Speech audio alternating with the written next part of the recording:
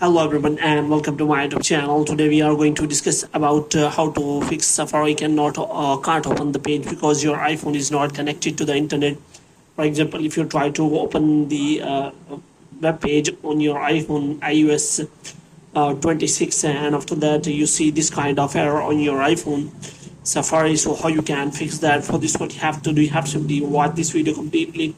So without wasting any time, let's start the video. So first of all, what you have to do, you have to make sure that you are connected to a proper Wi-Fi and internet connection. So here you have to simply close the page and you have to make sure that you are connected to a proper Wi-Fi and internet connection. And after that, what you have to do, you have to simply restart your Wi-Fi router.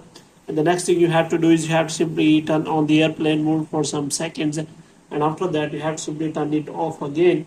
And the next thing you have to do is you have to simply go to settings, and here you have to go to general, and after that you have to scroll it down until you find the option of transfer or reset iPhone, and here you have to click on that and you have to click on reset, and you have to reset all of your network settings.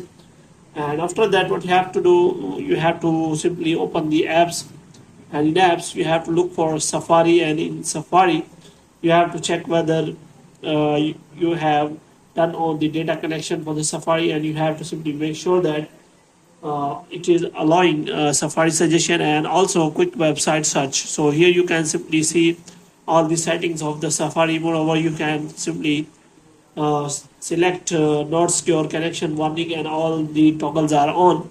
So here you can simply check for the all the settings whether they are on or off. So here you can simply check for that, and after that what you have to do next is you have to simply open the Safari again, and you have to try to open the tab again, and after that you will see that the website has opened, and now you are not getting this kind of error. So hope you have liked this video. If you get more videos like these, you can subscribe our channel.